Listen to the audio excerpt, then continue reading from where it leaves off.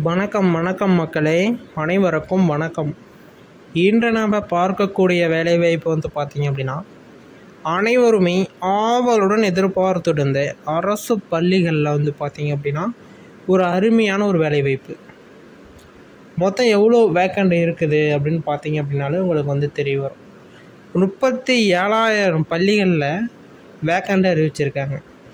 அப்படின்னா வேக்கண்ட் அப்படியே டபுள் மடங்காக இருக்கலாம், இல்லை அப்படின்னா ட்ரிபிள் மடங்காக இருக்கிறதுக்கு உண்டான வாய்ப்புகளும் இருக்குது. இது யாரெல்லாம் விண்ணப்பிக்கலாம் அப்படின்னா, 38 மாவட்டத்தில் இருக்கக்கூடிய ஆண்களும் பெண்களும் இந்த ஒரு வேலைவாய்ப்புக்கு தாராளமாக விண்ணப்பிக்கலாம் அப்படிங்கிற மாதிரி சொல்லியிருக்காங்க. ஃபஸ்ட்டு ஒன்று.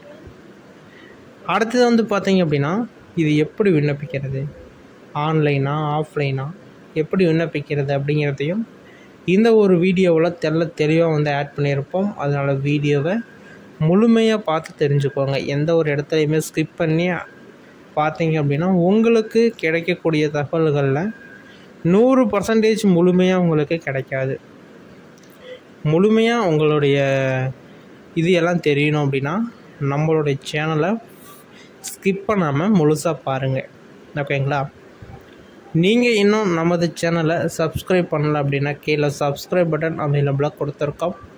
தாராளமாக கிளிக் பண்ணி ஆல் அப்படிங்கிற ஆப்ஷன் சூஸ் பண்ணிட்டீங்க அப்படின்னா இன்னும் அறிவிக்கக்கூடிய அரசு வேலைவாய்ப்புகளும் ஸ்கீம் அப்டேட்களும் உங்களுடைய மொபைலுக்கு உடனுக்குடனே வரும். நீங்கள் பார்த்து தெரிஞ்சுக்கிறதுக்கு ரொம்ப யூஸ்ஃபுல்லாக இருக்கும், ஓகேங்களா?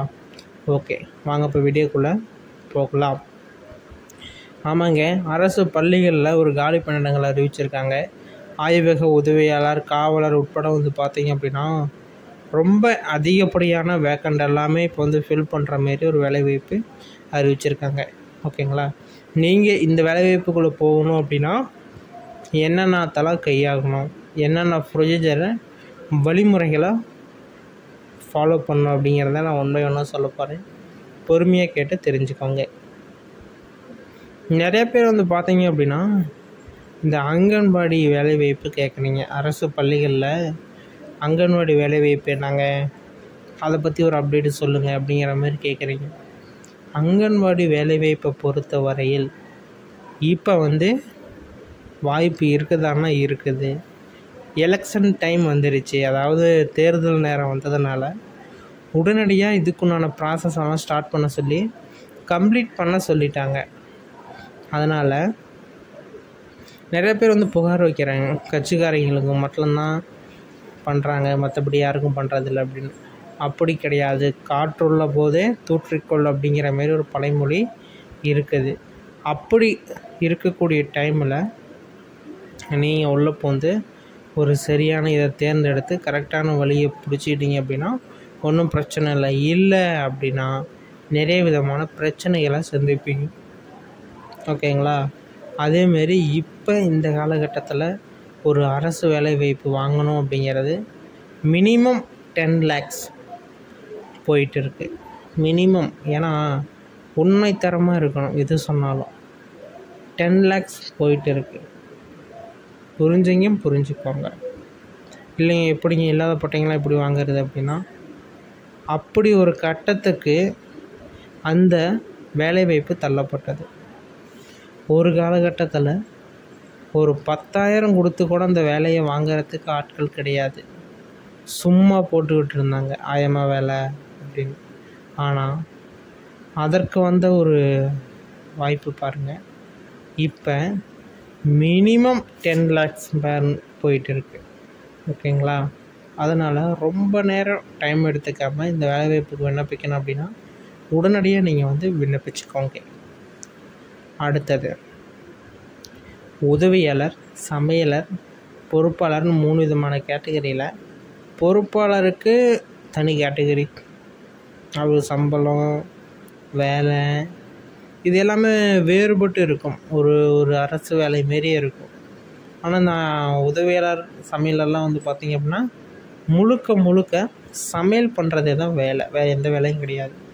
சமையல் பண்ணணும், சர்வ் பண்ணணும், சமையல் பண்ணணும், சர்வ் பண்ணணும், அவ்வளோதான்.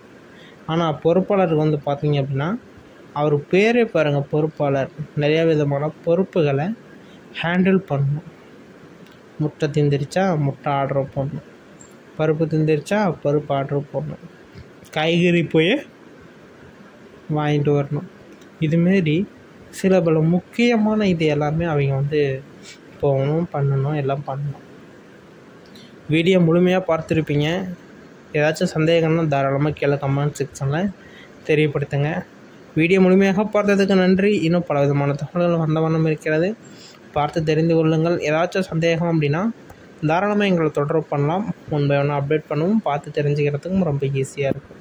ஓகேங்களா? நீங்கள் என்ன நமது சேனலை சப்ஸ்கிரைப் பண்ணல அப்படின்னா கீழே சப்ஸ்கிரைப் பட்டன் அவைலபிளாக கொடுத்துருக்கோம், அதை கிளிக் பண்ணி ஆல் அப்படிங்கிற ஆப்ஷன் வந்து சூஸ் பண்ணிட்டீங்க அப்படின்னா இன்னும் நிறைய விதமான தகவல்களை நீங்கள் தெரிஞ்சுக்கிறதுக்கு ரொம்ப ரொம்ப ரொம்ப யூஸ்ஃபுல்லாக இருக்கும். ஓகேங்களா? இது எல்லாமே நீங்கள் ஒன் பை ஒன்னாக பார்த்துக்கோங்க. ஏதாச்சும் சந்தேகம்னா தாராளமாக எங்களை தொடர்பு பண்ணலாம், ஒன் பை ஒன்னாக அப்டேட் பண்ணுவோம், பார்த்து தெரிஞ்சுக்கிறதுக்கும் ரொம்ப யூஸ்ஃபுல்லாக இருக்கும். ஓகேங்களா? ஓகே. அடுத்தது வந்து பார்த்தீங்க அப்படின்னா 38 மாவட்ட வாரியாக ஒன் பை ஒன்னாக அப்டேட் கொடுப்பாங்க. நீங்கள் வந்து செக் பண்ணி பார்த்துக்கலாம் எப்படி இந்த வேலை வாய்ப்பு இருக்குது, எப்படி என்ன அப்படிங்கிறத நீங்கள் வந்து ஒன் பை ஒன்னாக தெரிஞ்சுக்க முடியும். அரசு பள்ளிகளில் காலி பணியிடங்கள் உள்ளதுங்க. அதில் வந்து ஆய்வக உதவியாளர், காவலர் உட்பட 6000 பணிகளை நிரப்ப கல்வித்துறை முடிவெடுத்துள்ளது. தமிழக அரசு கீழே வந்து செயல்படுறது அப்படின்னு சொல்லிட்டு சொல்ல வராங்க. ஓகேங்களா? அதிலே பாருங்கள் தெளிவாக சொல்லியிருப்பாங்க. அரசு பள்ளிகளில் காலியாக உள்ள ஆசிரியர் இல்லாத 6000 பணிகளை நிரப்ப முடிவே அப்படின்னு சொல்லியிருக்கிறாங்களா. இதுதான் வந்து பார்த்தீங்க அப்படின்னா ஒரு மாபெரும் அறிவிப்பு. எல்லா அரசு பள்ளிகள்லேயுமே வேக்கண்டு அப்படிங்கிறது ரொம்ப ரொம்ப குறைவு தான். இப்போ கூட வந்து பார்த்தீங்க அப்படின்னா அரசு பள்ளிகள் அப்படிங்கிற ஒரு சின்ன ஒரு கருத்தை வந்து முன்வைக்கிறேன். 250 அரசு பள்ளிகளில் இந்த திமுக வந்ததுக்கு பிறகு மூடியிருக்காங்க அப்படிங்கிற மாதிரி ஒரு சர்வே சொல்லுது. அந்த சர்வே என்ன சொல்லுது அப்படின்னா அரசு பள்ளிகளில் யாருமே சேரலை, அதனால் வந்து மூடுறோம் அப்படிங்கிறத அரசோட பின்னடைவை காட்டுதா அப்படின்னா ஆமாம். நீங்கள் வந்து எதர்ச்சியாக வந்து நீங்கள் பார்க்கலாம். இந்த